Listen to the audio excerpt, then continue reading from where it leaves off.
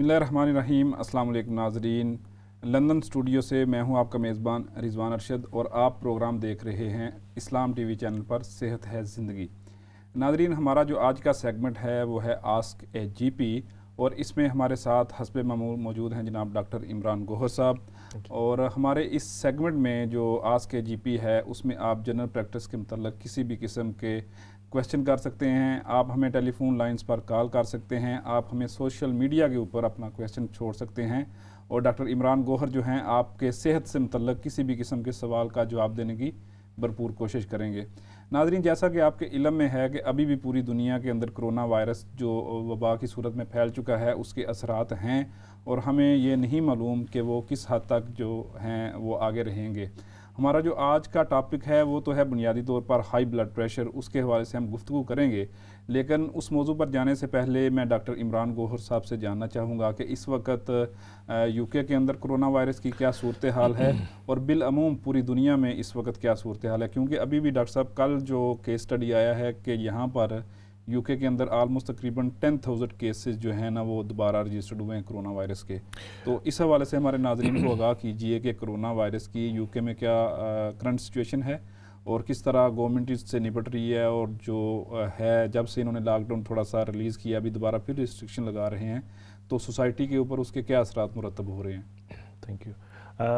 जी, जैसे कि हम शुरू से जब से कोरोना वायरस का सिलसिला शुरू हुआ है पिछले 5-6 महीने से हम बार बार यही बात कर रहे थे कि इसका दोबारा रिसर्ज होगा, यानी कि ये दोबारा से तूल पकड़ेगा। जैसे कि ये मई या जून में पीक पे था, अंदेशा यही था कि दोबारा से इसकी रिसर्च होगी और अभी जिस तरह नज़र आ रहा है वो यही लग रहा है असल में। लेकिन एक चीज़ अच्छी है कि हमें इस वायरस के बारे में थोड़ी ज़्यादा मालूमात हैं, जितनी कि हमें अप्रैल और मई में थी उससे थोड़ी ज़्यादा मालूमात हैं, तो ये एक पॉजिटिव चीज़ है। लेकिन बात फिर वही है कि वायरस की रिसर्च जो है, फैलाव जो है उसी तरह से है और ये इतना ही डेंजरस है वनरेबल लोगों के लिए, यानी कि जो लोग किसी बीमारी से मुब्तला हैं या जिन लोगों की उम्र ज़्यादा है या जिनको दूसरी बीमारियाँ हैं, तो उनके लिए उतना ही ख़तरनाक है जितना कि ये मई या जून में था। प्रॉब्लम ये है कि लोग थोड़ा सा भी रिलैक्स हो गए, लोगों ने सोशल डिस्टेंसिंग, हाथ का धोना, सैनिटाइजेशन का यूज़ करना, सैनिटाइजर्स का यूज़ करना, ये तमाम चीज़ें लोगों ने फिर से थोड़े से रिलैक्स हो गए हैं। उसकी वजह से ही जो है ना इसका रिसर्च भी अब नज़र आ रहा है। तो बात फिर वही है कि लोगों को चाहिए कि अपना ख्याल करें, सोशल डिस्टेंसिंग रखें, लोगों से मिलना जुलना। अभी आपने देखा होगा अमेरिका में एक इंसिडेंट हुआ कि president has got the virus as well, और ये जस्ट शोज़ यू कि ये वायरस किसी अमीर गरीब बड़े छोटे को नहीं देखता, जो भी बदएहतियाती करता है ये उसको कैच कर लेता है, और उन्होंने बदएहतियाती हुई थी और इस वजह से वहाँ पे उनको हो चुका है। अच्छा डॉक्टर साहब, इसमें हम अपने टॉपिक पर जाने से पहले एक और इससे ज़िमनी सवाल ये है कि अभी जो एजुकेशनल इंस्टीट्यूशन जो है ना वो ओपन हुए हैं, स्कूल्स वगैरह ओपन हुए हैं। अब जो अडल्ट हैं जो यूनिवर्सिटी में जा रहे हैं या कॉलेजेस में जा रहे हैं वो तो थोड़ी केयर कर लेते हैं, लेकिन जो स्कूल के अंदर बच्चे हैं, क्या आपको लगता है कि वो भी इस चीज़ का बायस बन सकते हैं कि अनजाने के अंदर उनको वो वायरस कैच हो और वो जब घर आएँ तो उनके किसी फैमिली मेम्बर को भी हो जाए?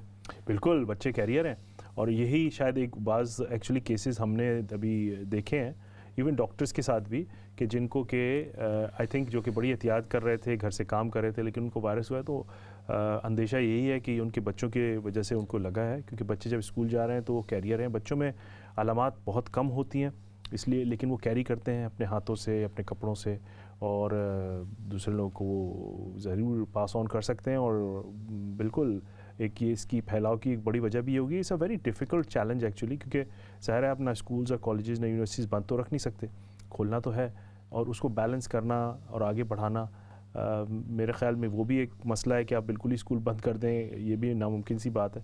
तो बेसिकली वही बात है कि एहतियात की जाए, लोगों को, बच्चे जब घर आते हैं तो एहतियात करें, हाथ धोएं, अगर घर में कोई वनरेबल एडल्ट्स हैं या जिनको ज़्यादा मसला हो सकता है तो उसके लिए कपड़े चेंज करें और सैनिटाइजर्स यूज़ करें स्कूल में भी। राइट।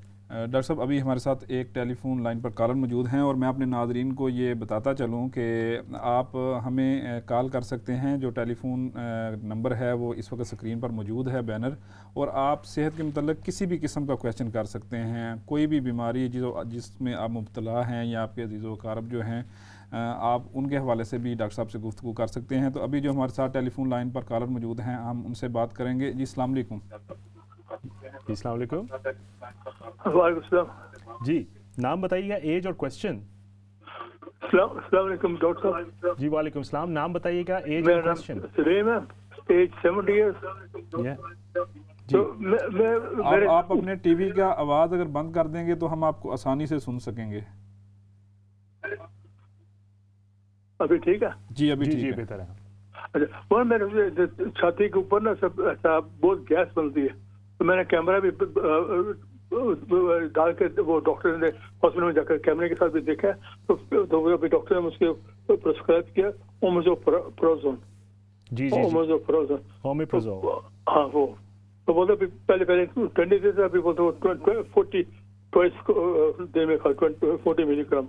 जी, तो इसका इलाज क्या, पहले रोटी खाऊं या ना खाऊं? मैं आपको रोटी में बताता हाँ, तो वो ये गैस बहुत बनती है, तकलीफ मैं बताता हूँ आपको। आपका कैमरा तो हो गया ना, चले मैं बताता हूँ आपको। हाँ। एक दूसरा एक सेकंड क्वेश्चन कि मेरे ये हाथों में ना, हाथों में two fingers, thumb and two fingers, वो नम हो जाते हैं समटाइम्स। तो वो डॉक्टर ने इंजेक्शन लगाया, तो उसके साथ भी कुछ फर्क नहीं पड़ा। तो वो बोलता भी कुछ सर्जन के पास जाना पड़ेगा। आपको डायबिटीज़ तो नहीं है? जी आपको डायबिटीज़ तो नहीं है? नहीं कुछ नहीं। अच्छा जी, मैं बताता हूँ। इनके आप आंसर करें, लेकिन हमारे साथ एक और कॉलर मौजूद हैं तो उनका भी हम क्वेश्चन ले लेते हैं। पहले कॉलर फिर, ले लेते हैं। हाँ जी, जी, अस्सलाम वालेकुम। अस्सलाम वालेकुम। नाम और एज बताइएगा। जी, आपको आवाज़ आ रही है? जी जी जी, नाम बताइएगा। जी जी, शहनाज। शहनाज जी, शहनाज जी, ये मेरे नाखून बहुत टूट रहे हैं, पाँव के नाखून सारे खराब हो गए हैं ना, ब्लैक हो रहे हैं तो टूटे जा रहे हैं। जी जी, पीछे से मैं कहती ठीक आता है, फिर पीछे से जब आगे जाता है ना फिर खराब हो जाता है। अच्छा, डॉक्टर से मिली हैं आप इसके लिए? डॉक्टर से मिली, उन्होंने विटामिन दिए थे, वो मैंने खाए हैं, उससे कोई फर्क नहीं पड़ा। आपने अपने नेल्स की क्लिपिंग करवाई है, नेल का टेस्ट करवाया है? नहीं वो नहीं करवाया। मैं आपको बताता हूँ। जी ठीक है। आपकी एज क्या है? मेरी एज 41 होगी। 41। बहुत शुक्रिया थैंक यू डॉक्टर साहब। very much। अभी हम एक और कॉलर ले जी, लेते हैं, फिर जी, आपके लिए आसानी हो जाएगी, आप सबको आंसर कर देंगे। जी, जी, अस्सलाम वालेकुम। जी वालेकुम अस्सलाम व रहमतुल्लाहि व बरकातुहू। डॉक्टर साहब, मेरा मसला ये है, मेरी उम्र 60 साल है, 60 साल है, और मुझे ये मार्च से ना बहुत तकलीफ हुई, मैदे की तकलीफ हुई। तो उन्होंने अगस्त में देखा कैमरा टेस्ट करके, तो उन्होंने कहा कि 2 छोटे अल्सर हैं आपके स्टमक में, मैदे में, और बहुत तकलीफ होती। और मैंने सारी डॉक्टर्स की दवाइयाँ भी ले ली और इतनी एहतियात की खाने की, सब्जियों और फ्रूट्स पे, जो भी मैं कर सकती थी, लेकिन अभी तक ना वो ठीक नहीं हो रहा है। मेरा अल्सर जो है ना ठीक नहीं हो रहा, खाना खाते ही बहुत ज़्यादा तकलीफ हो जाती है। और फिर दूसरा मसला भी मुझे हो गया कि मुझे डाइवर्टिकुलाइसिस, SIS डाइवर्टिकुलाइसिस भी है। तो वो मेरा इतना, मैं तकलीफ में हूँ कि मेरे दर्द जो हैं वो किसी तरीके से भी जा रहे हैं। तो यहाँ पे डॉक्टर अब ज़्यादा लंबी, आपको पता है, अपॉइंटमेंट्स, या फिर ये कोविड भी है, तो बस मैं दिन रात जो है ना तड़पती रहती हूँ। तो आप मुझे ये बताएं कि अगर मैं प्राइवेट पे जाऊं, डॉक्टर्स ने तो एंटीबायोटिक कितनी दफा दी हैं, तो उससे भी कोई फर्क नहीं पड़ा। बहुत ज़्यादा तकलीफ है खाना खा के और फिर स्टूल पास करने में भी। तो अगर जो प्राइवेटली में अगर जैसे जाऊं तो क्या उसका फायदा होगा? वो भी क्या एंटीबायोटिक्स ही देंगे या क्या करेंगे? और प्लीज एक और बात कि मुझे गैस्ट्रो वालों में जाना चाहिए या कोलोरेक्टल डिपार्टमेंट में जाना चाहिए, क्योंकि मेरे 2 मसले हैं। जी बिल्कुल, मैं आपको बताता हूँ। बहुत शुक्रिया जी, thank you very much. Doctor साहब, आपके पास अभी 3 जो है वो क्यूरीज आ गई, क्वेश्चन आ गए। जी, तो मैं पहले तो अच्छा, ये जो लास्ट कॉलर थी मैं इससे स्टार्ट करता हूँ क्योंकि थोड़ा सा काफ़ी तकलीफ में लग रही थी। एक्चुअली जो स्टमक एक ये अल्सर जो इनको है, आप प्रॉब्लम ये होता है कि अल्सर या फिर इस तरह के जो गैस्ट्राइटिस के मसले होते हैं ये बड़े लॉन्ग रन होते हैं और ये एक दिन में नहीं शुरू हो जाते, ये काफ़ी अरसे से आपको हुआ होगा।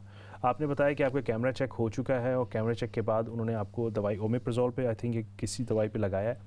आई थिंक अगर डायग्नोसिस बन चुकी है तो ट्रीटमेंट फिर यही है जो आपको दवाइयाँ दी हैं। हाँ, एक दवाई की डोज़ बढ़ाई जा सकती है और या फिर दवाई चेंज भी की जा सकती है। इसमें मुख्तलिफ ब्रांड्स आते हैं। एक चीज़ तो ये, और उसको आप मैक्सिमम पे लेके जा सकती है, नंबर 1। नंबर 2, अपने खाने पीने में एहतियात बहुत ज़रूरी है। Instead of taking big meals, take small meals. Every 2 to 3 घंटे में आप छोटा मोटा खाना खाएं। ये नहीं कि लंबे गैप दें खाने में, और उससे भी अल्सर ख़राब होगा। चाय, कॉफ़ी, सिट्रस फ्रूट्स होते हैं, चॉकलेट्स हैं, all those things can make it worse as well, so or try to avoid that as well. इसके अलावा स्ट्रेस एंग्जाइटी से भी ये ख़राब हो सकता है। तो अगर आपको ये मसला है कि आप स्ट्रेस में रहती हैं या आप एंक्शस हैं, तो उसके लिए भी आप थोड़ा सा मैनेजमेंट कर सकती हैं। तो जो दवाई आप ले रही हैं अल्सर की, वो तो सही है। डायवर्टिकुलाइटिस से मुताल्लिक़ जो आपने पूछा कि आपको कहाँ जाना पड़ेगा, डायवर्टिकुलाइटिस आपका जो 2 मसाइल हैं, दोनों मेरे ख्याल में आप गैस्ट्रोएंटरोलॉजिस्ट के पास प्राइवेटली जा सकती हैं। डायवर्टिकुलाइटिस का जो मसला है वो बड़ी आंत का होता है, और आपने जैसे बताया कि आपका चेक हो चुका है, तो अगर चेक हो चुका है तो ट्रीटमेंट इसकी अक्सर व बेशतर एंटीबायोटिक्स ही होती हैं। तो मेरे ख्याल में आप गैस्ट्रोएंटरोलॉजिस्ट से आप रब्ता कर लें। अगर आपका अगर फ़र्ज़ कीजिए सिर्फ डायवर्टिकुलाइटिस का ही मसला है तो आप कोलोरेक्टल के पास जा सकती हैं। अगर दोनों मसले का हल आप एक के पास देखना चाहती हैं तो मेरे ख्याल में गैस्ट्रोएंटरोलॉजिस्ट के पास पहले जाएं और वो आपको मशवरा बेहतर दे देंगे। तो आपकी बात दूसरी हमारे पास शहनाज थी, उन्होंने पूछा कि नेल्स उनके टूट रहे हैं। नेल टूटने की बहुत सारी वजूहत हो सकती हैं, और नेल्स जो है ना वो बहुत सारी बीमारियों के इंडिकेटर्स भी होते हैं। तो अगर फ़र्ज़ कीजिए नेल का कलर चेंज हो रहा है या कोई भी गड़बड़ हो रही है, तो मैं पहली चीज़ एक हमेशा बताता हूँ कि नेल की क्लिपिंग करवा लें। नेल को थोड़ा सा बढ़ा के, कटिंग करके, क्लिप करके अपनी जीपी से माइक्रोस्कोपिक चेक करवा लें। उससे काफ़ी चीज़ों का पता चल जाता है कि कोई इन्फेक्शन तो नहीं है, कोई फंगस तो नहीं है, एक बात। दूसरी चीज़ ये कि अगर फ़र्ज़ कीजिए वो क्लियर आ जाता है तो आप अपने ब्लड टेस्ट वगैरह कराएं properly, full blood count, iron, B12, folate और दूसरे टेस्ट करवाएं जिससे कि लिवर फंक्शन वगैरह, तो उससे भी काफ़ी चीज़ों का पता चल जाता है। अगर फ़र्ज़ कीजिए कि सारी चीज़ें सही आ जाती हैं तो मेरे ख्याल में डॉक्टर आपको बेहतर मशवरा देगा, या किसी चीज़ की अगर कमी है तो उसकी ट्रीटमेंट अकॉर्डिंगली कर सकता है, या फिर अगर इन्फेक्शन है तो उसकी भी ट्रीटमेंट की जाएगी, क्योंकि वो भी कोई लंबी ट्रीटमेंट होती है। इसके अलावा जो हमारे पहले कॉलर थे उन्होंने सवाल किया था कि उनको गैस्ट्राइटिस का मसला है, यानी कि मैदे में जलन का मसला। और मैदे में जलन जो है वो हम बदहज़मी भी कहते हैं, जलन भी कहते हैं। तो इसकी गैस्ट्राइटिस का जो वजह ये होती है कि गैस्ट्रिक जूसेस जो होते हैं मैदे में, वो आपकी जो गैस्ट्रिक लाइनिंग है उसको इन्फ्लेम कर देते हैं, और उसके बाद से जलन होती है, और अक्सर लोगों को पेन भी होता है और रिफ्लक्स के सिम्टम आते हैं। ऐसा लगता है कि मुंह पे जो है एसिड आ रहा है।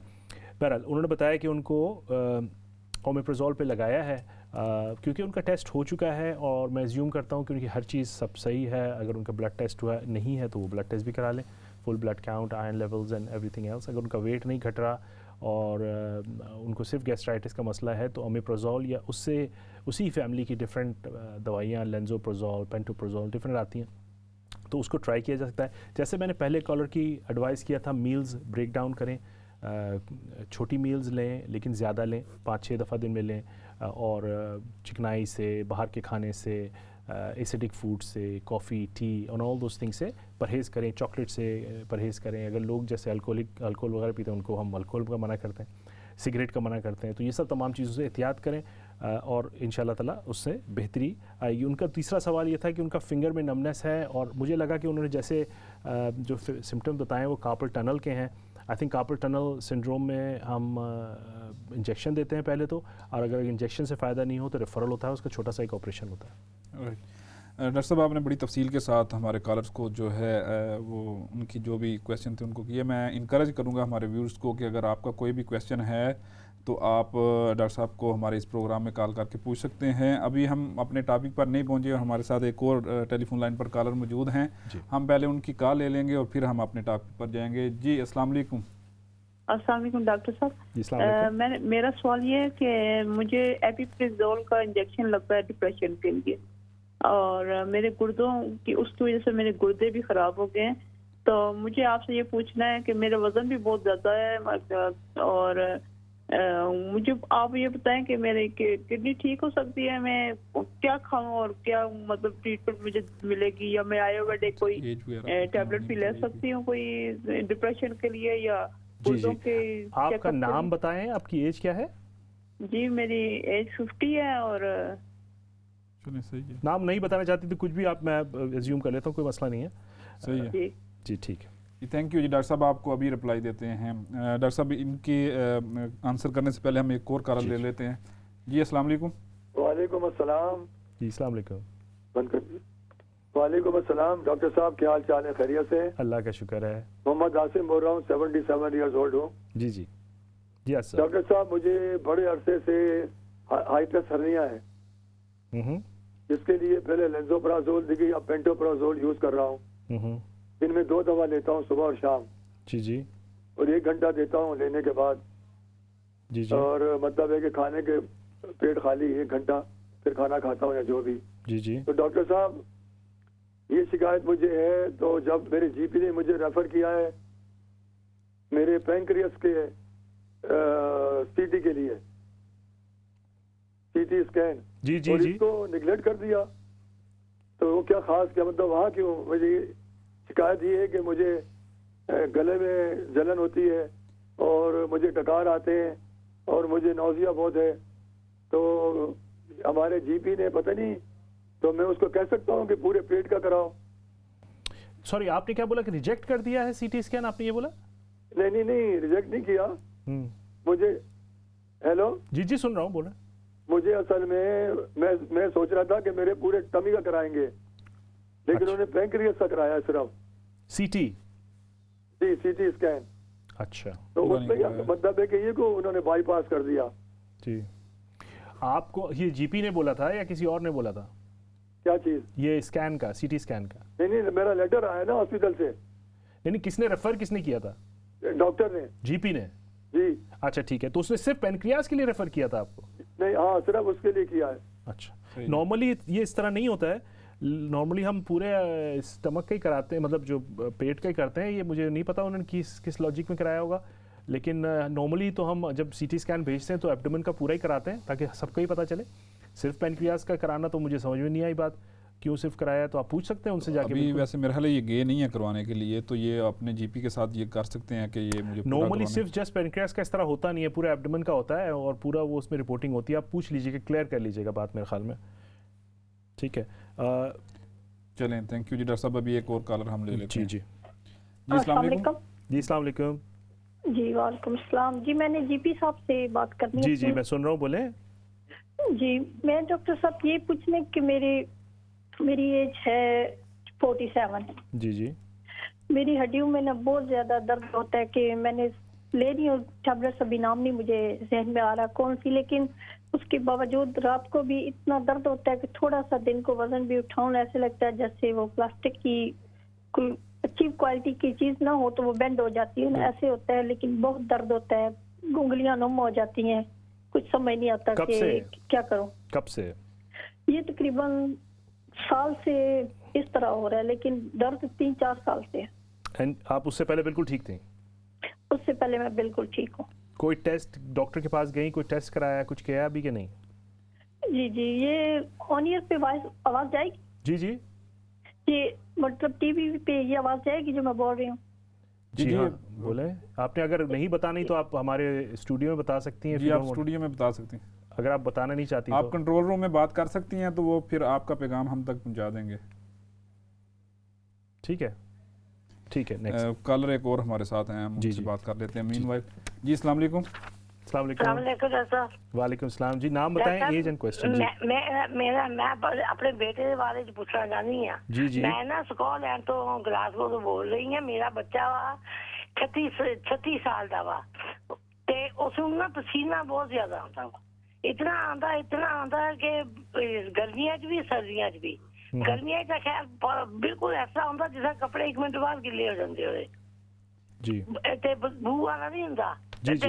थायराइड भी चेक कराया, सब कुछ कराया, बदन ਉਹਦਾ ज्यादा वा। ठीक, कोई दवाई तो नहीं लेता? शादीशुदा वा। कोई दवाई तो नहीं लेता? जी कोई दवाई तो नहीं लेता? नहीं कोई दवाई नहीं लेता। अच्छा ठीक है, मैं बताता हूँ आपको। चलें, थैंक यू जी। डॉक्टर साहब एक और कॉलर है हमारे साथ। जी। अभी मेरे ख्याल ये 5 कॉलर हो जाएंगे आपके पास। जी अस्सलाम वालेकुम। जी अस्सलाम वालेकुम। हेलो अस्सलाम वालेकुम। जी जी, नाम बताएं, एज एंड क्वेश्चन प्लीज। जी मेरा नाम वहीदा है और मेरी उम्र 60 है। जी जी जी जी। दरअसल मुझे ना अबाउट कोई 30 साल हो गए हैं, तो मुझे ना कब्ज की बहुत सख्त शिकायत है। तो अब बढ़ते बढ़ते अब ये हो गया कि वो हेमोराइड प्रॉब्लम भी शुरू हो गई है। जी जी। तो मैं इंजीर भी खाती हूँ, मैं प्रोन्स भी खाती हूँ, मैं जो प्रून्स जिसे कहते हैं ना, वो आलू बुखारे जो होते हैं वो। जी जी जी। और फ्रूट सैलेड भी बना लेती हूँ, और रात को सोने से पहले एकदम गोल भी पीती हूँ। लेकिन बस एक दिन बस जो है वो ठीक रहती हूँ मैं, तो 2-3 दिन तक जो है ना मुझे हाजत नहीं होती, बहुत सख्त तकलीफ होती है। डॉक्टर के पास भी गई हूँ तो बस वो कुछ नहीं, वो उन्होंने कोई लिक्विड है वो दिया हुआ कि बस ये पिया करो। तो वो तो इतना मीठा है कि मैं तो कुछ लैक्टोलोज दिया होगा आपको? हैं? लैक्टोलोज? तो जी लैक्टोलोज ले रही होंगी आप? हाँ जी वही है। जी जी। तो मैं वो भी मैंने बहुत पिया है, समगोल भी बहुत पिया है, बहुत हर तरह से जो जो बताता है। सब्जियां खाती हूँ मैं, फ्रूट खाती हूँ, सारा कुछ है, लेकिन नहीं मुझे कोई मैं आप कोई दवाइयाँ लेती हैं जी? कोई दवाई लेती हैं किसी और चीज के लिए? नहीं, मैं कब्ज के लिए नहीं लेती हूँ ना। ओके ठीक है, बहुत शुक्रिया जी आपका। डॉक्टर साहब अभी आपके पास 5 जो है ना वो क्वेरीज आ गई हैं, और हम अभी तक ब्लड प्रेशर पर नहीं पहुंचे, लेकिन क्वेश्चन आ रहे हैं। तो पहले इसीलिए यही प्रोग्राम हमारा, इसीलिए कि लोगों की मदद हो। बिल्कुल ऐसे ही। तो सबसे पहले एक खातून थी जिन्होंने 50 ईयर्स ओल्ड, और उन्होंने बताया था कि वो डिप्रेशन के लिए एक इंजेक्शन ले रही हैं, और उसकी वजह से उनका वेट गेन हो रहा है, और वो क्या ऑप्शंस हैं उनके पास। तो मैं उनको जो इंजेक्शन वो बता रही थी, वो इंजेक्शन काफ़ी स्पेशलिस्ट इंजेक्शन है, वो मेंटल हेल्थ टीम ज़्यादातर लगाती है, तो यकीनन उनको काफ़ी लॉन्ग टर्म या सिवियर डिप्रेशन का मर्ज़ लायक होगा। यस, उन इंजेक्शंस का एक साइड इफ़ेक्ट ऐसा है कि जिसकी वजह से कि वज़न बढ़ जाता है। अगर फ़र्ज़ कीजिए कि आपका डिप्रेशन बेहतर है और आप समझती हैं कि ये दवाइयाँ चेंज की जा सकती हैं, तो टैबलेट्स ओरल आप जा सकती हैं, आप अपने जीपी से डिस्कस कर सकती हैं, और अगर आप फ़र्ज़ कीजिए कि मेंटल हेल्थ टीम के अंडर है तो आप उनसे भी ये डिस्कस कर सकती हैं। But all depends on your mental health as well, कि आप कितनी स्टेबल हैं। इसके अलावा साथ साथ दूसरे ब्लड टेस्ट वगैरह भी करा लें, like thyroid and full blood count, diabetes वगैरह का, ताकि ये चीज़ों को भी एक्सक्लूड करा लें। सो ब्लड टेस्ट अगर नॉर्मल है तो डिस्कस करें अपने मेडिकेशंस को अपने डॉक्टर्स के साथ, या फिर अपने मेंटल हेल्थ टीम वर्कर के साथ, कि ये दवाइयाँ आपकी चेंज हो सकती हैं कि नहीं हो सकती। तो ये तो एक बात हो गई। दूसरे हमारे आसिम साहब हैं जिन्होंने पूछा था कि उसका मेरे ख्याल में हमने जवाब दे दिया था सीटी स्कैन का, कि रिजेक्ट हो गया उनका सीटी स्कैन, और आई थिंक उन्होंने पेनक्रियास का सिर्फ कराया। तो आई थिंक नॉर्मली जो सीटी स्कैन है वो पूरे एब्डोमेन का ही होता है, तो मेक श्योर कर लें कि कोई कन्फ्यूजन ना हो। Doesn't make sense why just pancreas, so I am sure it must be whole abdomen. दूसरी एक खातून थी, उन्होंने बताया कि शी इज़ 47 ईयर्स ओल्ड, और उनको 1 साल से जो है ना बोन का बहुत पेन है और पूरे जिस्म में उनके दर्द होता है। तो उनको मेरी एडवाइस ये होगी कि वो अपना फुल ब्लड टेस्ट करवा लें, ख़ास के vitamin D and full blood count, iron levels, bone profile वगैरह करा लें, और उससे काफ़ी चीज़ें पता चलेंगी। एशियंस में विटामिन डी की बहुत ज़्यादा कमी होती है, और शदीद कमी है, और एक बहुत बड़ी उसकी वजह टायर्डनेस के साथ साथ एक्स एंड पेन्स, हम मोन्स एंड ग्रोन्स कहते हैं कि उनको पूरे जिस्म में अक्सर और बेशतर दर्द रहता है। तो ये ज़रूर करा लें। आई am sure she will be may be low in vitamin D, and उसकी ट्रीटमेंट से लॉन्ग टर्म में उनको भी फ़ायदा पहुँचेगा। दूसरी खातून थी, उन्होंने अपने बेटे के बारे में पूछा था, 36 ईयर ओल्ड, और डॉक्टर साहब ये क्वेश्चन शायद पहले भी हमारे पास आया था लास्ट वीक, आई थिंक, ये जो पसीने वाला जो था। जी जी। तो उसके लिए उनको मशवरा ये मेरा दोबारा मैं याद दिला दूंगा, अपने डॉक्टर से पूछें, अगर वो किसी दवाई पे नहीं है तो कुछ दवाइयाँ दी जा सकती हैं जनरली, जिससे कि पूरी ओवरऑल स्वेटिंग कम हो सकती है। लेकिन अगेन उसको चाहिए कि वो ब्लड टेस्ट वगैरह करा लें, और उससे दूसरी चीज़ों को एक्सक्लूड कर दें। लास्ट हमारी जो कॉलर थी, I think Waheeda, 60 years old, उनको लॉन्ग टर्म कॉन्स्टिपेशन है। उन्होंने बोला कि उसकी वजह से उनको पाइल्स भी हो गए हैं, जो कि ज़ाहिर है अगर आपको कॉन्स्टिपेशन है और यू पासिंग हार्ड स्टूल और यू स्ट्रेनिंग, तो उसकी वजह से पाइल्स हो जाते हैं। जो उन्होंने बताया कि काफ़ी दवाइयाँ ली हैं और ये बड़ा लॉन्ग टर्म उनको प्रॉब्लम है। उनकी एज के हिसाब से मैं उनको मशवरा दूंगा कि वो अपने डॉक्टर से बात करें और मेरे ख्याल में उनको कोलोनोस्कोपी करा लेनी चाहिए, camera check at the back passage, उससे काफ़ी चीज़ों का पता चल जाएगा। तो मेरे ख्याल में इतनी दवाइयाँ लेने के बाद I think she should go for a camera check जो कि डाउन बिलो होता है। उससे कम कोई और चीज़ के बारे में एक्सक्लूजन हो जाएगी कि कोई और मर्ज़ तो नहीं है जिसकी वजह से ये लॉन्ग टर्म कॉन्स्टिपेशन का मसला चल रहा है। और साथ साथ ज़ाहिर ग़िज़ा और दूसरी चीज़ें जो है वो तो कैरी करनी है, लेकिन मेरे ख्याल में with her age I would advise कि आप जाके कैमरा चेक ज़रूर करा लें क्योंकि उससे काफ़ी चीज़ों का पता चल जाएगा। और I think anybody who is above 50 और 55 और लॉन्ग टर्म कॉन्स्टिपेशन या अल्टर्ड बाउल हैबिट के साथ आता है तो हम उसको मशवरा देते हैं कि वो जाके कैमरा चेक ज़रूर कराएं। एहतियातन भी बहुत ज़रूरी है। बहुत शुक्रिया डॉक्टर साहब। अभी हमारे साथ दो टेलीफोन लाइन पर कॉलर मौजूद हैं, हम उनका भी क्वेश्चन लेंगे कि वो क्या चीज़ पूछना चाह रहे हैं। जी अस्सलाम वालेकुम। वालेकुम सलाम जी। जी बोलें, नाम बताएं, एज एंड क्वेश्चन। मैं फाजल मुगल बोल रहा हूँ जी राजस्थान से। एज मेरी 66 है जी जी। तो मुझे चक्कर और ना वॉमिटिंग होती है बहुत। मैं 14 दिन अस्पताल में रहा हूँ, उन्होंने MRI भी किया लेकिन कोई सही जवाब नहीं दे रहे। तो वो आज कल से फिर शुरू हो गया मुझे चक्कर और वॉमिटिंग। कब से हो रहा है ये जी 1 महीने से। उससे पहले बिल्कुल ठीक थे? हाँ जी। ठीक है, आप कोई दवाइयाँ तो नहीं लेते हैं? नहीं, दवाइयाँ दी थी लेकिन वो उससे फर्क नहीं कोई पड़ रहा। नहीं, आप दवाइयाँ वैसे दूसरी दवाइयाँ तो नहीं लेते हैं? नहीं कोई, मैं डायबिटीज की लेता हूँ एक। आप इंसुलिन पे तो नहीं है? नहीं पे दवाई लेते हैं, ठीक है, मैं आपको बताता हूँ जी। शुक्रिया जी। दूसरे कॉलर से बात कर लेते हैं हम। जी अस्सलाम वालेकुम। वालेकुम सलाम जी। मैंने डॉक्टर साहब से बात करनी। जी मैं आपकी बात सुन रहे हैं, आप अपनी उम्र बता दें और अपना जो प्रॉब्लम है वो हमसे शेयर कर लें। मेरे ना 8 साल हो गया मेरा। आप उर्दू में बात करें कि पंजाबी में? जैसे आपको आसानी हो। अच्छा, वो मेरे ना सर के पीछे जहाँ पे चुटिया बनाते हैं ना, जी जी, उधर से मेरा सर में ना पेन बहुत होती। ठीक है। तो मेरा ऐसे डॉक्टरों ने बताया, स्कैन भी हुए हैं, मुझे 8 साल हुए, बहुत मुझे तकलीफ हो रही।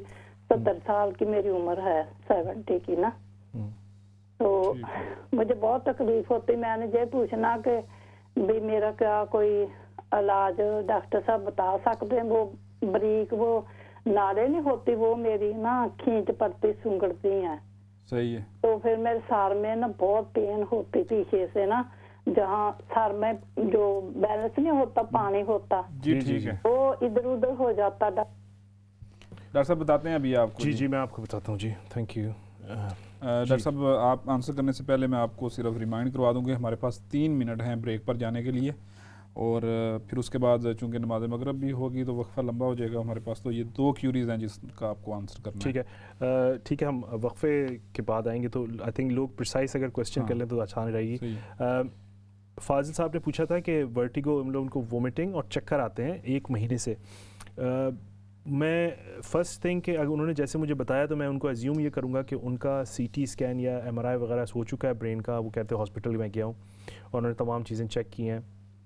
1 महीना कोई बहुत बड़ी टाइम नहीं होता वर्टिगो के रहने के लिए, और अगर CT या MRI वगैरह सब कुछ हो चुका है तो इसका मतलब ये है कि उन्होंने तमाम जो सीरियस मसाइल हैं उनको निकाल दिया है। Very commonly benign positional vertigo हम कहते हैं, जो कि बेसिकली बैलेंस ऑर्गन हमारे कान के पीछे होता है, उसकी इन्फ्लेमेशन की वजह से हो जाता है, चक्कर आना शुरू हो जाते हैं, बाज़ लोगों को वोमिटिंग भी होती है, और वो ज़्यादातर पोजिशनल होता है, यानी कि खड़े होने पे या बेड पे एक करवट लेने पे या पोजीशन से बेसिकली होता है, और ये अक्सर कुछ हफ्ते तक रह सकता है। तो अगर सारी चीज़ें नॉर्मल आ गई हैं, आपकी डायबिटीज़, ब्लड टेस्ट वगैरह, MRI CT सब ठीक है, तो कितनी परेशानी की बात नहीं है। वो दवाइयाँ जो होती हैं वो ले सकते हैं, स्टेमेटल वगैरह होती हैं, और कुछ एक्सरसाइजेज मनूवरिंग वगैरह वो डॉक्टर्स बताते हैं, ENT वाले बताते हैं, उसको आहिस्ते आहिस्ते आहिस्ते करें। ये मसला कुछ महीनों तक भी रह सकता है। सो इसमें इतनी परेशानी की बात नहीं है अगर हर चीज़ दूसरी नॉर्मल आई है तो। लास्ट जो हमारी कॉलर थी खातून, उन्होंने बात बताई कि उनके मेरे ख्याल में पीछे सर के दर्द है। तो मेरे ख्याल में उसके लिए सबसे पहले मेरा उनको मशवरा ये होगा कि वो इन्वेस्टिगेशन करा लें, CT करा लें, या फिर जाके अपने डॉक्टर से बोलें एक्सरे वगैरह हुआ है कि नहीं हुआ है, या टू बिगिन विद अगर पीछे जो स्पाइनल एरिया है उसमें दर्द है उनको, तो एक्सरे करा लें, उसके बाद दूसरी इन्वेस्टिगेशन। उन्होंने एक चीज़ मेंशन की है कि स्पेसिफिक खासतौर पर जो पीछे सर का ये हिस्सा होता है वहाँ पर उनको पेन होती है, बाकी सर के हिस्से में उनको दर्द नहीं है। अगर एक मखसूस हिस्सा होता है तो उसके लिए नर्व एंडिंग्स में भी बाज़ दफ़ा इन्फ्लेमेशन हो जाती है, लेकिन ज़ाहिर है 70 ईयर्स ओल्ड है, अगर उनको टेंडरनेस टच है तो इतना कोई सीरियस नहीं है, लेकिन अगर उनको इस तरह खिंचाव का पेन बार बार हो रहा है तो मेरे ख्याल में एक लंबे अरसे में तो उसके इन्वेस्टिगेशन कराना बेहतर होगा।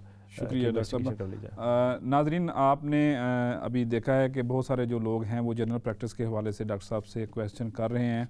अभी हम ब्रेक पर जाएंगे, जब ब्रेक के बाद वापस आएंगे तो हम फिर आपसे क्वेश्चन लेंगे। तो मेरा आपको मशवरा ये है कि जब भी आप डॉक्टर साहब से क्वेश्चन करें, बहुत स्पेसिफिक क्वेश्चन करें और कम वक्त के अंदर आप अपना सवाल दोहराएं और ताकि हम आपको बेहतर अंदाज के अंदर जवाब दे सकें। तो अभी हम ब्रेक के बाद जब वापस आएंगे तो फिर दोबारा आपसे मुलाकात होती है। हमारे साथ रहिएगा, मिलते हैं एक छोटे से वक्फे के बाद।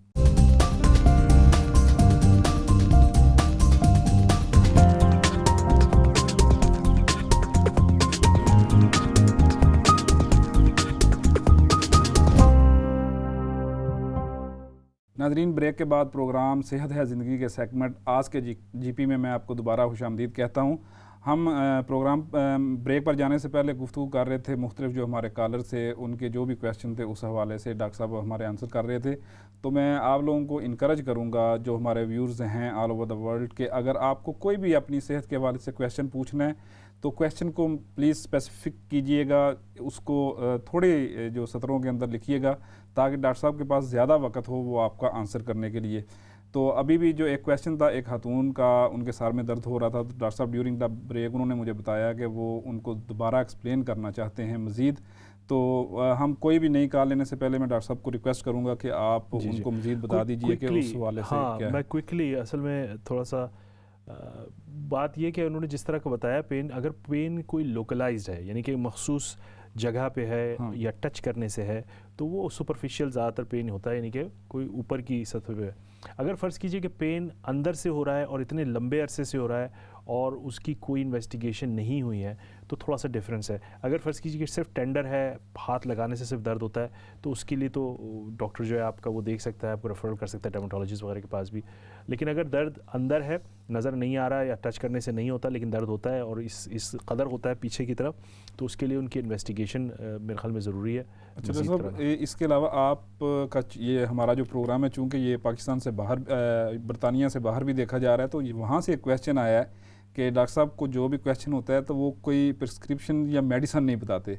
तो क्या जो हमारे जो इंटरनेशनल व्यूअर्स हैं आप उनको बताना पसंद करेंगे कि हमारा यहाँ पर हेल्थ का क्या सिस्टम है, ताकि उन्हें अंदाज़ा हो सके कि हम क्यों नहीं किसी को स्पेसिफिक जो है ना वो मेडिकेशन बता रहे, जिसकी वजह से उनको भी अंदाज़ा हो जाएगा। थैंक यू, बड़ा अच्छा सवाल किया आपने। एक्चुअली अक्सर लोग, एक्चुअली हमारा कल्चरल इशू भी है और लोग समझते हैं कि डॉक्टर के पास जाएंगे तो वो उनको दवाई ही लिखाएगा, और मैं अक्सर दवाई बताता भी हूँ। एक्चुअली ऐसी बात नहीं कि मैं नहीं बताता, दवाइयाँ बताता भी हूँ, लेकिन मेरे ख्याल में डॉक्टर की एक जो जॉब है वो आपको आगाही देना या आपको एजुकेशन करना भी है, ना सिर्फ कि आपको सिर्फ मैं दवाइयों को बताता रहूँ। मेरे ख्याल में मुझे आपको इन्फॉर्मेशन भी देनी है बीमारियों के मुताल्लिक़, सवालों से सवाल निकलता है, फिर हम एक कोशिश ये होती है, ज़ाहिर टीवी पे आने का मकसद यही होता है कि लोगों की एजुकेशन की जाए, लोगों को बताया भी जाए ताकि लोगों की अवेयरनेस बढ़े।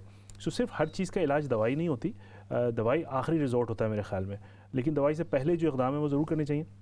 हमें लेज़ी नहीं होना चाहिए। अब फ़र्ज़ कीजिए कि किसी को, हम जैसे उस वक्त हाई ब्लड प्रेशर या डायबिटीज़ की बात कर रहे थे, अगर किसी का वज़न ज़्यादा है और उसको डायबिटीज़ नया डायग्नोज होता है तो हम ज़ाहिर है अगर हम उसको फ़ौरन दवाइयों का ही बोलें और उसको वज़न घटाने का या ग़िज़ा को सही करने का ना बताएं तो ये तो जुल्म है, ये तो बिल्कुल गलत प्रैक्टिस है। तो मेरे ख्याल में डॉक्टर का नुस्खा ये नहीं है कि फौरी तौर पर मेडिसिन दे जाए, और हम यहाँ पे कोई कमाई करने तो बैठे नहीं है कि हम आके आप लोगों को अपना बिजनेस चमकाएं। एक्चुअली लोगों को एजुकेशन देना बहुत ज़रूरी है। और राइट डॉक्टर साहब, बहुत शुक्रिया। अभी हमारे पास जो हैं 3 कॉलर मौजूद हैं, हम उनसे पूछते हैं कि उनको क्या क्वेश्चन करने हैं ताकि आप उनको आंसर कर सकें। जी अस्सलाम वालेकुम। वालेकुम सलाम जी, मेरा नाम मोहम्मद इरशाद, मैं वोकिंग से बोल रहा हूँ। जी जी इरशाद साहब, एज बताएंगे? और जी डॉक्टर साहब, मेरी एज जो है ना 70 ईयर है और मुझे आर्थराइटिस है। मुझे ये बताएं कि कौन सी टैबलेट पे बेटर है, मतलब आइबुप्रोफेन टैबलेट ठीक है या पैरासीटामोल या आइबुप्रोफेन जेल मतलब है? जी जी, कहाँ पे है आपको आर्थराइटिस? ये मतलब है घुटने के नीचे जो है ना, मतलब है वो टांगे। जी जी मैं बताता हूँ। ठीक है जी, थैंक यू। दूसरी कॉल ले लेते हैं जी। अस्सलाम वालेकुम। जी वालेकुम अस्सलाम। जी अस्सलाम वालेकुम, क्वेश्चन बताइएगा, एज एंड नेम। जी मेरी एज 60 इयर्स है। जी जी। मैंने अभी थोड़ी देर पहले भी कॉल की थी, डॉक्टर साहब से बात की थी। जी जी। तो अपने अल्सर है मेरे मैदे में जी जी 6 महीने से, और डाइवर्टिकुलाइसिस के बारे में भी उन्होंने मुझे मशवरा दिया। थैंक यू सो मच कि भी मुझे गैस्ट्रो वालों के जाना चाहिए। लेकिन मैं ये पूछना चाह रही हूँ कि मैंने बहुत एहतियात की खाने की, कि मैंने बहुत ज्यादा एहतियात की है और मैंने दवाइयाँ भी प्रॉपर टाइम पे ली हैं सब कुछ, लेकिन सिंस मार्च मेरी अभी तक तबीयत नहीं हो रही और बहुत ज्यादा मुझे तकलीफ है। तो अब मैं और कितनी एंटीबायोटिकें खा सकती हूँ? इसका यही इलाज है। आपका कैमरा चेक हुआ है कि नहीं हुआ है? जी मेरा स्टमक का कैमरा टेस्ट हुआ था, तो उसमें अल्सर निकले 2। फिर मेरा कैमरा टेस्ट हुआ, मुझे डायवर्टिकुलाइटिस उन्होंने बोला कि आपको है, आंखें जो है ना वो जैसे पॉकेट बन जाती हैं। तो मेरा खाना भी, उसके बाद खाना हजम करना और स्टूल पास करना बहुत पेनफुल प्रोसेस है, और यहाँ पर अपॉइंटमेंट्स नहीं मिल रही हैं। तो मैं ये पूछना चाह रही हूँ, तो इस वक्त आपका जो मसला सबसे बड़ा डायवर्टिकुलाइटिस का है, is that what you saying? जी अल्सर भी है और वो भी है। तो आपने मुझे बोला था, लेकिन मैं कह रही हूँ कि मैंने सभी एहतियातें की हैं डॉक्टर साहब। मैं परेशान हूँ कि भाई ये क्यों नहीं ठीक हो। देखिए मैं एक बात बताऊं, बाज़ दफ़ा बीमारियां जो होती हैं ना वो क्रॉनिक हो जाती हैं अनफॉर्चुनेटली बाज़ पेशेंट्स में। लेकिन मेरे ख्याल में आपको इतना स्ट्रेस नहीं लें इस वक्त। आप एंटीबायोटिक आप ले रही हैं, मेरे ख्याल में अगर आप, मुझे पता नहीं सुनाई दिया या नहीं दिया, लेकिन आपका अगर camera check down below colonoscopy वगैरह नहीं हुई है तो वो ज़रूर करवा लें। जी वो हुई है ना, उसमें उसी से ही अल्सर का जो है ना। अच्छा कोलोनोस्कोपी भी हो चुकी है आपकी? जी हुई है, उन्होंने कहा डायवर्टिकुलाइसिस है, लेकिन स्टूल पास होने से पहले अलग दर्द होते हैं और स्टूल पास होने के बाद 24 घंटे। आई थिंक आपको क्रॉनिक इशू है। आई डोंट नो उन्होंने बायोप्सी वगैरह ली। आई थिंक आप गैस्ट्रोएंटरोलॉजिस्ट के पास एक दफ़ा आप मेरे ख्याल प्राइवेट चली जाएं, कोई ऐसा इशू नहीं है। I think you need I know it's a big problem unfortunately. अभी कोविड की वजह से लोगों को, बेचारे लोग काफ़ी सफ़र कर रहे हैं, उनको अपॉइंटमेंट नहीं मिल रही। अगर आप अफोर्ड कर सकती हैं, मैं आपको स्ट्रांगली इनकरेज करूँगा कि प्राइवेटली जाएँ, और इसको आप कल जाके दिखा सकती हैं प्राइवेटली, तो कोई मसला नहीं है। आई थिंक आपको क्रॉनिक डायवर्टिकुलाइटिस है। I think you need some serious specialist interventions repeatedly. वो भी एक दफ़ा में नहीं होगा, लेकिन अगर आप अफोर्ड कर सकती हैं तो मेरा मशवरा होगा कि आप जल्द से जल्द दिखाएं, और उसको वो आपको इंशाल्लाह ताला आगे मशवरा देगा। अगर आप अपने इलाके में अपने जीपी से पूछ सकती हैं कि कौन अच्छा गैस्ट्रोएंटरोलॉजिस्ट है, या गूगल कर सकती हैं। लेकिन आप प्राइवेटली मेरे ख्याल में आप चली जाएँ, क्योंकि आई अंडरस्टैंड क्रॉनिक इशू है आपका, और ये इमरजेंसी में नहीं हल होगा, ये A&E वगैरह में नहीं हल होगा। आपको किसी ना किसी स्पेशलिस्ट को रेगुलर दिखाना पड़ेगा। तो अगर आप अफोर्ड कर सकती हैं तो I would strongly encourage you to go tomorrow actually to see somebody and get into it, because sounds like you have a chronic diverticulitis issue. है डॉक्टर साहब हमारे साथ एक और कॉलर मौजूद हैं, हम उनसे भी बात करते हैं। जी अस्सलाम वालेकुम। जी हेलो जी अस्सलाम वालेकुम। एज और नाम बताइए और क्वेश्चन। मैं अपनी सिस्टर शमीम के बारे में बात करना चाहती हूँ। किसके? शमीम। जी आप बोलिए, उनकी एज क्या है और क्या इशू है? हाँ शी इज अबाउट 67 और प्रॉब्लम है उनका कि उनके चेस्ट में खाना जो भी हल्का फुल्का जो भी खाती हैं वो हजम नहीं होता, आगे जाता ही नहीं, चेस्ट पे बड़ा रहता है और काफी उसको बर्ब्स आते रहते हैं, तकलीफ में रहती हैं। तो वो फिर कई घंटे आवर्स एंड आवर्स लग जाते हैं उसका खाना नीचे जाए। फिर कभी वो लेमन पीती हैं, कभी कुछ के किस तरह वो हल हो जाए मसला उसका। वेट लॉस तो नहीं है उनको? नहीं नो। कोई उनकी इन्वेस्टिगेशन हुई है? She is diabetic. और कोई इन्वेस्टिगेशन नहीं हुई है? उनको वो कुछ खास बताते नहीं करते, वो जो होती है गैस वो जो है दवाई देते हैं पीती, और वो जो है मैं बताता हूँ नेक्स्ट स्टेप क्या होना चाहिए, मैं बताता हूँ आपको। डॉक्टर साहब अभी हमारे पास 2 क्यूरीज आ गई हैं, लेकिन अभी हमारे साथ और कॉलर जो हैं मौजूद हैं, उनसे भी हम ले लेते हैं क्वेश्चन। जी अस्सलाम वालेकुम। वालेकुम अस्सलाम व रहमतुल्लाहि व बरकातहू। जी Hello, sir. Doctor, how are you today? I'm fine. Ji. Okay. I had a health medical check about a month ago. The nurse took the blood and she called me and she said you got a high cholesterol.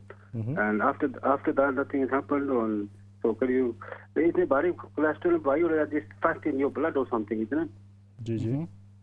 इसमें बारी को थोड़ा भाई. Weight is 11 stone. Name is Khan and age is 52. Sorry, what is your name? Khan, K-H-A-N. Okay. So basically you have a high cholesterol and you want to know what to do next. Ji. All right. Okay, that's fine. I'll tell you. Thank you, sir. अभी हमारे साथ एक और कारण मौजूद है, उनसे बात करते हैं। जी अस्सलाम वालेकुम। वालेकुम सलाम, आपका प्रोग्राम बहुत अच्छा है माशाल्लाह। थैंक यू वेरी मच जी। डॉक्टर साहब से सवाल करना है कि मुझे IBS है 25 साल से एंड मुझे एक नई बीमारी शुरू हुई। कल कैमरा टेस्ट हुआ था, हार्ट बर्न बहुत होती थी, चेस्ट में पेन, तो वो उन्होंने कहा कि हाइटस हर्निया है, स्लाइडिंग वन। जी जी जी। तो उसके लिए हार्ट बर्न बहुत होती है एंड बस स्टमक जो है अपसेट रहता है। तो प्लीज बताएं मुझे, मैं वोफरिन पे भी हूँ, ब्लड थिनिंग टैबलेट, बिकॉज मेरा ब्लड स्टिकी है एंड मुझे जॉइंट्स की भी प्रॉब्लम है, वीक है, वो स्वेलिंग हो जाती है बाजू में। तो सबसे बड़ा मसला ये है कि स्टमक का मसला है जी। मैं हियाटिस हर्निया के बारे में बताता हूँ आपको जी। आपकी एज क्या है जी? एज मेरी 50 साल है जी। 50 years। And what's your name? मेरा नाम Mrs Hussain ji. Okay, thank you very much. Come back to that. Doctor साहब, आंसर करने से पहले मैं आपको बता दूं, क्योंकि हमारे पास मेरे ख्याल 5-6 क्वीरीज हो गई हैं, तो we have only 6 minute left. मैं quickly try and wrap it up. So Irshad साहब थे हु 70 ईयर ओल्ड, और उन्होंने पूछा कि मुझे आर्थराइटिस है और आर्थराइटिस के लिए मुझे कौन सी दवाई लेनी चाहिए। सबसे पहले तो मैं, और शायद नी पे था, उनके घुटनों में आर्थराइटिस था। सबसे पहले तो शाह साहब सिर्फ दवाइयों पे निसार ना करें, दवाइयाँ एक ज़रूरी चीज़ हैं। फिर मैं वही बात बोलूँगा जिसके लिए मुझे पहले लोगों ने बोला कि आप सिर्फ दवाई के बारे में नहीं बताते। तो सबसे पहले आप वेट रिडक्शन का करें, अपने फिजियोथेरेपी से भी बात करें, और उसके साथ साथ आप पेन रिलीफ लें। पेन रिलीफ में टॉपिकल आइबो जेल्स भी यूज़ कर सकते हैं, पैरासीटामोल उसके बाद आप ले सकते हैं 2 दिन में 4 दफ़ा 6 घंटे बाद अगर ज़रूरत है। और इसके साथ साथ आप आइबुप्रोफेन भी ले सकते हैं अगर उसकी कॉन्ट्राइंडिकेशन नहीं है। आइबुप्रोफेन के थोड़े साइड इफ़ेक्ट्स हो जाते हैं अगर आप लॉन्ग टर्म दें मैदे में, तो थोड़ा सा उसमें एहतियात के साथ लेने की ज़रूरत है, लेकिन आप ले सकते हैं। लेकिन ये पहले जो चीज़ें बताएं वो भी ज़रूर कर लें प्लीज़। उसके अलावा हमारे पास एक कॉलर थी, उन्होंने बोला कि उनकी डिफ़िकल्टी इन सॉलोइंग है, वो किसी के बिहाफ पे सवाल कर रही थी and that person was 67 year old and उन्होंने बोला कि उनको सॉलोइंग में प्रॉब्लम होती है, खाना जो है वो फंस जाता है या पानी पीती है तो फंस जाता है। तो मैं उनको बहुत ही इंपॉर्टेंट ये सिम्टम्स हैं, और अगर शी 67 ईयर ओल्ड और ही 67 ईयर ओल्ड, अपने GP के पास अर्जेंटली जाएँ और उनको अर्जेंट रेफरल की ज़रूरत होगी कैमरे के लिए, क्योंकि अगर किसी का इस तरह खाना फंस रहा है तो ये काफ़ी सीरियस इशू है। अगर लिटरली फंस रहा है, ये नहीं कि सिर्फ महसूस हो रहा है, बाज़ लोग आते हैं उनको महसूस होता है लेकिन वो खा रहे होते हैं। तो अगर लिटरली फंस रहा है, मीनिंग अगर खाना वाकई नहीं जा रहा अंदर बिल्कुल और देख सकते हैं आप, तो उसके लिए इमरजेंसी रेफरल की ज़रूरत है। तो मैं उनको स्ट्रांगली सजेस्ट करूँगा to speak to your doctor and they will do an urgent referral for a camera check to see what's going wrong. उसके बाद मिस्टर खान्स ने फ़ोन किया था, ही 67 ईयर ओल्ड। उन्होंने बोला कि मुझे अभी डायग्नोज हुआ है हाई लिपिड्स यानी कि हाई कोलेस्ट्रॉल, बहुत कॉमन, बहुत important issue specially in Asians, क्योंकि जेनेटिकली हमारे भी प्रिडिस्पोजिशन है हाई कोलेस्ट्रॉल की। ज़रूरी नहीं है कि हमारे खाने पीने की वजह से, बल्कि हमारी जेनेटिकली भी है। लेकिन coming back to the fact, depend कितना हाई है उनका कोलेस्ट्रॉल। नॉर्मली हम 5 और less comes under normal in UK। अगर उससे ज़्यादा आता है, डिपेंड करता है, अगर 6 के अंडर है तो हम ज़रूर, और फर्स्ट टाइम डायग्नोज हुआ है तो हम लोगों को इनकरेज करते हैं कि लाइफस्टाइल चेंज करें, डाइटरी चेंज करें, एक्सरसाइज करें, and over the counter certain things as well you can use like plant stanol, जो कि काफ़ी सारी योगर्ट ड्रिंक्स और दूसरी चीज़ों में होती है, उससे भी 10 to 15% या फिर 20% तक कोलेस्ट्रॉल रिडक्शन होती है। तो पहले लाइफस्टाइल एंड डाइटरी चेंज को ज़रूर ट्राई करें before jumping to the medications. So for him that would be my advice. Last caller जो थी Mrs Hussain, she is 50 years old. उनको IBS तो लॉन्ग टर्म था, but she was diagnosed with hiatus hernia recently. Hiatus hernia जो है basically ये वही चीज़ है जो हम अभी इससे पहले डिस्कस कर रहे थे कि मैदे में तकलीफ होती है। इसकी बहुत सारी वजूहात हैं, लेकिन बहरहाल अगर उनको डायग्नोज हुआ है तो first thing I would advise her to try and lose weight, don't eat late night food. अपना जो तकिया है सोने से वो 2-3 तकिए ऊपर रखें ताकि वो हाजमा इजी रहे। इसके अलावा उसकी कुछ दवाइयाँ भी आती हैं, लेंजोप्राज़ोल, ओमेप्राज़ोल, जिसके बारे में अभी हम बात कर रहे थे, डिफरेंट कॉलर्स ने उसके लिए बात की थी, तो वो भी लें, उससे भी अफाका होगा। खाने पीने में एहतियात करें, लेट नाइट ना खाएं, स्पाइसी फूड ना खाएं, और बेसिकली ये डिपेंड करता है, ये बहुत कॉमन प्रॉब्लम है, और अक्सर इन तमाम चीज़ों से ये बेहतर हो जाता है। कम्प्लीटली तो नहीं जाता, लेकिन उससे काफ़ी हद तक बेहतर हो जाता है। तो उन्हें डरने की बात नहीं है। Lifestyle, weight reduction and then medication for the hiatus hernia issue. So जी डॉक्टर साहब, बहुत शुक्रिया, आपने हमारे ये कॉलर्स को आंसर किया। आज शायद हम अपने जो टॉपिक हमने चूज़ किया था ब्लड प्रेशर, उसकी तरफ नहीं जा सकेंगे, क्योंकि हमारे कॉलर्स ने बहुत ज़्यादा क्वेश्चन जो हैं उनके रेलिवेंट जो भी रोज़मर्रा के सेहत के मसाइल हैं उन्होंने पूछे हैं। यहाँ आपने बहुत सारे जितने भी हमारे आंसर किए हैं लोगों को, जो पेशेंट्स वगैरह हैं जो इन चीज़ों से गुजर रहे हैं, उनको आपने एक चीज़ कैमरा चेक की और रिपोर्ट्स की है, लेकिन उसके साथ साथ आपने लाइफस्टाइल की बात की है। तो काइंडली लोगों को गाइड करेंगे कि ख़ास तौर पर जो हमारी एशियन कम्युनिटी है, जो पाकिस्तान, इंडिया, बांग्लादेश से बिलोंग करते हैं, जो मुरगन ग़िज़ाओं के बड़े शौकीन होते हैं और इवन के जंक फूड के बड़े शौकीन होते हैं, और सबसे अहम बात जो है जो कि बड़ी नुकसानदेह है लेकिन हम उसको फॉलो करते हैं, बल्कि शौक़ से फॉलो करते हैं, वो ये होता है कि जब भी हम थके हारे आते हैं तो रात को आके जो भी खाना बना होता है वो खाकर हम सीधे सोने पे चले जाते हैं। तो थोड़ा सा बताएंगे लोगों को कि कौन सी वो ऐसी आदत हैं कि जिनको अपना कर वो इनको बच सकते हैं चीज़ों से। और हमारे पास सिर्फ 1 मिनट है, उसमें आपने इसको समझना है। I am very sorry. देखिए जी, सबसे पहली बात तो ये कि इस प्रोग्राम का मकसद, आज के जीपी का मकसद ही ये है कि हम यहाँ पे आके अपने लोगों को जनरल प्रैक्टिस से related common questions, common queries के बारे में आगाही दें। बाज़ दफ़ा ऐसा होता है कि हम अपने जीपी से तमाम बातें पूछ नहीं सकते। यहाँ पे इस प्रोग्राम में लोग चीज़ों को सुनते हैं, हो सकता है उनका अपना मसला नहीं होता, लेकिन वो उनके जानने वाले का या उनको आगे चल के हो सकता है। तो उसमें एक जो बहुत बड़ा एक मकसद है वो एजुकेशन भी है लोगों की, कि लोगों को आगाही हो कि यार इस प्रॉब्लम में इस तरह डील होता है, इसमें इस तरह डील होता है। तो जो क्वेश्चन से नॉलेज भी आता है लोगों का, तो ये एक सबसे बड़ा इंपॉर्टेंट इशू हमारे लिए ये है कि हम नॉलेज भी लोगों का बढ़ाना चाहते हैं। और अच्छी बात है कि लोग हमसे क्वेरीज करते हैं, क्वेश्चंस करते हैं। ज़ाहिर है क्वेश्चंस अगर प्रिसाइज होते हैं तो हम ज़्यादा क्वेश्चन ले सकते हैं, यही मकसद है इस प्रोग्राम का। लेकिन जो एक्चुअली लोगों को एजुकेशन करने की बात है वो यही है कि एहतियात बेहतर है, care is better than cure. बहुत शुक्रिया डॉक्टर साहब, आज का आप हमारे प्रोग्राम में आए, हमारे नाजरीन को आपने उनके क्वेश्चन जो हैं उनका आंसर किया। नाजरीन, मैं आपको बताता चलूँ कि अगले हफ्ते को हम फिर दोबारा हाज़िर होंगे इसी वक्त शाम के 6 बजे। तो आपको कोई भी क्वेश्चन हो आप उसको लिख लीजिए, आप हमें फेसबुक के ऊपर, आप हमें जो है ना हमारे जो सोशल मीडिया के पेजेस हैं उस पर कर सकते हैं। अगले हफ्ते तक के लिए आप अपना बहुत सारा ख्याल रखें, क्योंकि सेहत है तो ज़िंदगी है, सेहत है ज़िंदगी के साथ हम आपको दोबारा मिलेंगे अगले हफ्ते। उस वक्त तक के लिए अपने मेज़बान रिजवान अरशद को इजाज़त दीजिए। अल्लाह हाफिज़।